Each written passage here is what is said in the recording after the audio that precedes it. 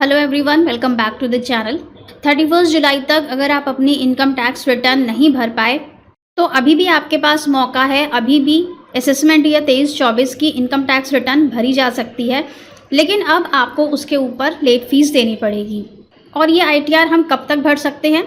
Assessment year 23-24 की ITR हम 31 दिसंबर तक भर सकते हैं। अगर आपसे रिटर्न में कोई मिस्टेक हो गई है, आप उसे रिवाइज़ करना चाहते हैं तो रिवाइज़ भी आप 31 दिसंबर तक कर सकते हैं।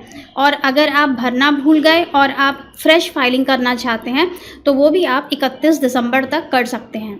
अगर आप रिवाइज रिटर्न फाइल कर रहे हैं तो आप सेक्शन 139(5) को चूज़ करेंगे। और अगर आप बिलेटेड रिटर्न फाइल कर रहे हैं, बिलेटेड का मतलब होता है कि आपने 31 जुलाई के पहले अपने ITR को फाइल नहीं किया था, अब आप फाइलिंग कर रहे हैं, आपकी ओरिजिनल ITR है ये, तो आप सेक्शन 139(4) को सेलेक्ट करेंगे जो कि बिलेटेड ITR के लिए है।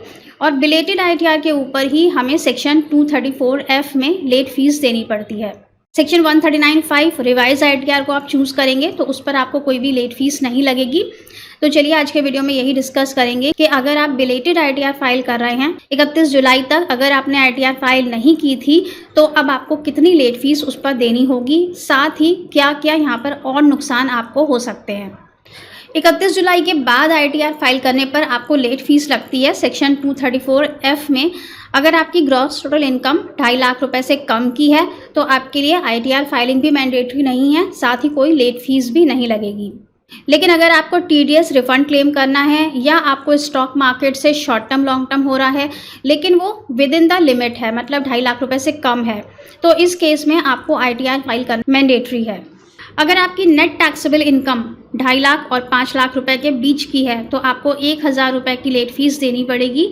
और अगर आपकी नेट टैक्सेबल इनकम 5 लाख रुपए से ज़्यादा की है तो आपको 5,000 रुपये की लेट फीस देनी पड़ेगी। जितना भी आपका TDS रिफंड बन रहा होगा उसी में से ये लेट फीस एडजस्ट हो जाती है और बैलेंसिंग अमाउंट आपको रिफ़ंड हो जाता है। और इन केस आपका कोई भी रिफ़ंड नहीं बन रहा है तो आपको फिर चालान लगाकर इस लेट फीस को जमा करना पड़ेगा। उसके बाद ही आप अपनी ITR को फाइल करेंगे। ITR फाइल करने से पहले लेट फीस के चालान की जो डिटेल्स हैं उनको अपने ITR में ज़रूर फिलअप कर लीजिएगा, वरना आपका ITR डिफेक्टिव हो जाएगा। इसके बाद और कौन से दूसरे नुकसान हमें होते हैं? अगर ITR फाइलिंग के साथ साथ अगर आपके टैक्सेस भी ड्यू हैं तो उस पर आपको इंटरेस्ट पे करना पड़ेगा सेक्शन 234A, सेक्शन 234B और सेक्शन 234C। तीनों में यहाँ पर इंटरेस्ट कैलकुलेट होगा और आपके टैक्सेस के अमाउंट पर इंटरेस्ट आपको लगेगा जो कि होता है 1% पर मंथ के हिसाब से। इसी के साथ अगर आपके कोई लॉसेस हैं, जैसे FNO में लॉस है, शॉर्ट टर्म लॉस है, लॉन्ग टर्म लॉस है, या फिर पिछले साल का कोई लॉस आपको कैरी फॉरवर्ड करना था, तो वो सारे लॉसेस आपके लैप्स हो जाएंगे अगर आपने 31 जुलाई तक अपनी ITR को फाइल नहीं किया है। यहाँ पर सिर्फ एक ऐसा लॉस है जो लैप्स नहीं होता है, वो है हाउस प्रॉपर्टी का लॉस। हाउस प्रॉपर्टी से अगर आप लॉस कैरी फॉरवर्ड करना चाहते हैं या आप और दिखाना चाहते हैं तो वो आपको बिलेटेड ITR में मिल जाएगा, उसे आप कैरी फॉरवर्ड कर सकते हैं। इसके अलावा बाकी के जितने भी लॉसेस हैं वो सब आपके लैप्स हो जाएंगे। इसके साथ ही अगर आपका कोई इनकम टैक्स रिफंड बन रहा है तो उस पर कोई भी इंटरेस्ट आपको सरकार पे नहीं करेगी। तो बस फ्रेंड्स, छोटा सा वीडियो था कि अगर 31 जुलाई तक आप ITR फाइल नहीं कर पाए हैं तो यहाँ पर आपको निराश होने की बिल्कुल भी ज़रूरत नहीं है। आप 31 दिसंबर तक अपनी ITR फाइल कर सकते हैं। Thank you so much for watching this video. Stay safe and healthy. Bye bye.